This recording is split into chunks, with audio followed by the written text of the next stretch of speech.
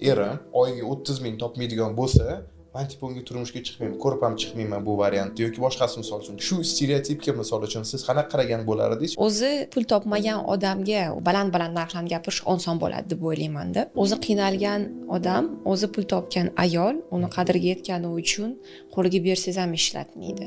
Olmaydi. U odam shuncha vaqtini, umrini ketkazib, nimadirlarga erishishga harakat qilyapti. Biz uchun ishlayaptilar, to'g'rimi? Turmush o'rtog'im, liba bo'lajak turmush o'rtog'im.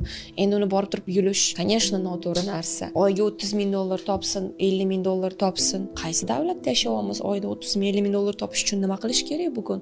Xo'p, mayli, trader topadi u pulni, no.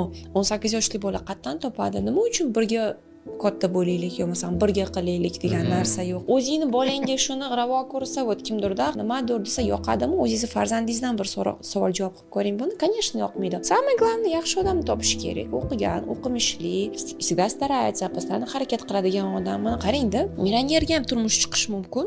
Otasidan qolgan, onasidan qolgan, no pulni boshqara olmaydigan tupoy bo'lgandan keyin u qatgacha borasiz u million. Yarim yo'lda qolib ketasiz baribir. Nechta primer bor hayotda bunaqa случай. Millionerga tekkan boshi qilgan, birga ko'tarilganlar qanchasi baxtli yashayapti. 30 ming, 50 ming dollar topsin, mana qilsin. Вам никто siz nima qilib berasiz? Siz kimsiz? Siz o'zingizdan gapiring. Qatlanib bitirdingiz. Doktormisiz?